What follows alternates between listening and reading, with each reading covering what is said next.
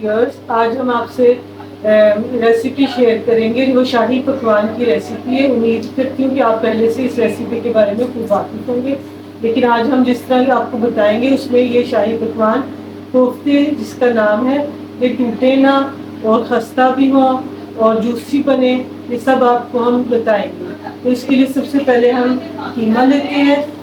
कीमे में हमने तवे पे हल्का सा फ्राई कर लेना है बेसन को। 4 चम्मच इसमें हमने बेसन डालने हैं। 4 चम्मच बेसन डालना है। ये हमारा 1 केजी मीट है। 4 चम्मच इसमें हमने तवे पे फ्राई किया हुआ बेसन डालना है। और ये लहसुन अदरक का पेस्ट है, तकरीबन 4 टीस्पून है। इसमें से आधा हम अभी डालेंगे और आधा ग्रेवी के वक्त, आधा अब डालेंगे और आधा ग्रेवी के टाइम पर डालेंगे। और थोड़ी सी सब्ज़ मिर्चें चॉप की हुई।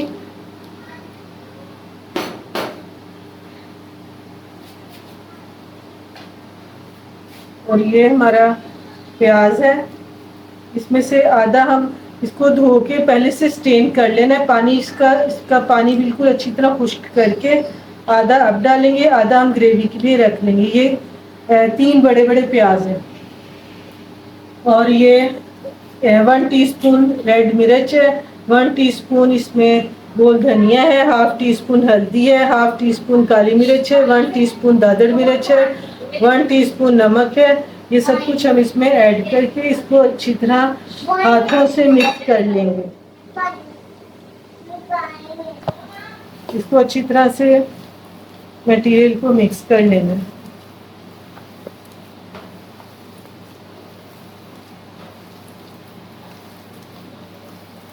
बहुत मज़े के खस्ता ये बनते हैं। आप खुद घर में रेसिपी बनाएं, कोई गेस्ट आते हैं उनके भी लिए भी ये ज़बरदस्त रेसिपी है और आसान है। हम आपको आसान तरीके से बता रहे हैं, इसमें कोई भी ज़रा भी मुश्किल दुश्वारी पेश नहीं आएगी। इसको हम चॉपर में चॉप कर लेंगे। ये सारा मटेरियल हमारा 2 दफ़ा में ये सारा चॉप हो जाए।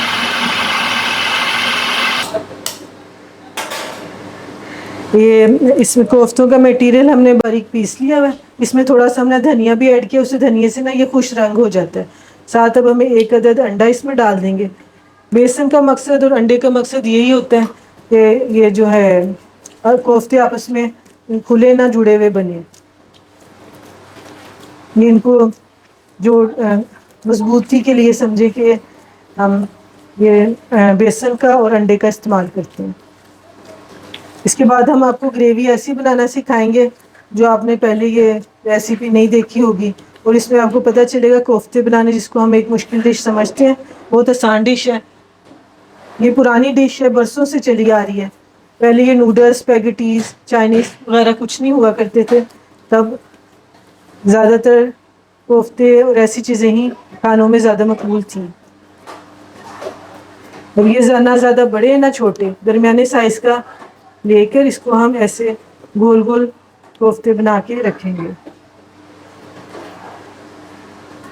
साइज़ आप अपनी मर्ज़ी से छोटा बड़ा कर सकते हैं, लेकिन मेरे दरमियाना साइज़ ही बेस्ट होता है।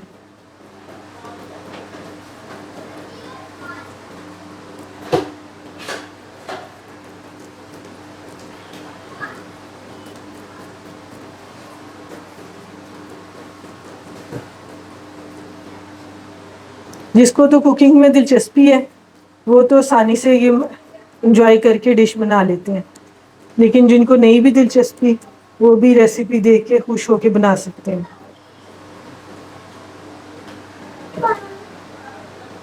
बिस्मिल्लाहिर्रहमानिर्रहीम। अब ये हमने ग्रेवी के लिए टोटल 3 प्याज थे। इसमें से आधा हमने ग्रेवी उसके कोफ्तों में डाल दी और आधा हमने ग्रेवी के लिए रखा है। इसमें हाफ कप हम ऑयल का शामिल करेंगे और प्याज को ब्राउन करेंगे। साथ हम आपको बताएंगे कि कोफ्तों को भी साथ साथ फ्राई कैसे करना है और प्याज को ब्राउन करते हुए आप ये अच्छी तरह जान लें कि प्याज डार्क ब्राउन ना हो, बस लाइट ब्राउन कलर का करना होता है। इसके लिए हमें प्याज हमने ब्राउन कर लिया है। टमाटर, सब्ज़ मिर्चें और ये प्याज को भी हम इसमें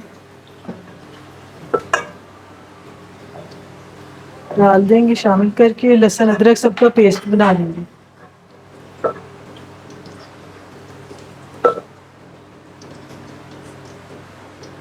सारा नहीं दिखाने की ज़रूरत होती। ये लहसुन अदरक का पेस्ट है, ये भी हम इसमें शामिल करके ग्रेवी बनाने के लिए सारे मटेरियल को हम चॉप कर लेंगे। सारा हमने मटेरियल को आपको दिखाया है कि ग्राइंड कर लिया। अब इसको जो घी था उसी में हमने डाल के इसे फ्राई कर लेंगे, भून लेंगे मसाले को। तेज आंच करके मसाला भून लेंगे।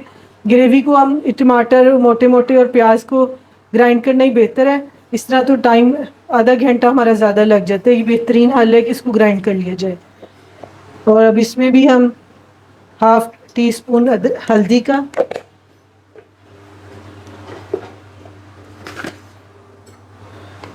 और हाफ टेबल स्पून धनिया का, और हाफ टेबल स्पून रेड मिर्च का, और हाफ टेबल स्पून नमक की। नमक हस्ब जायका है, जैसा कि आपको पता है, आप अपनी मर्जी से और भी डाल सकते हैं। थोड़ी सी काली मिर्च हम हाफ टी स्पून डालेंगे। इसको मसाला समेत हमने अच्छी तरह भून लेना है। और साथ साथ हम आपको बताते हैं कि कोफ्ते जो दो चूल्हों पे दो काम इकट्ठे करें, काम को समेटने की कोशिश करें, काम को फैलाने की कोशिश ना करें। अल्लाह पाक आपके और हमारे घरों के दस्तरखानों को सजा रखे। हमारे चैनल को सब्सक्राइब करें, लाइक करें, शेयर करें।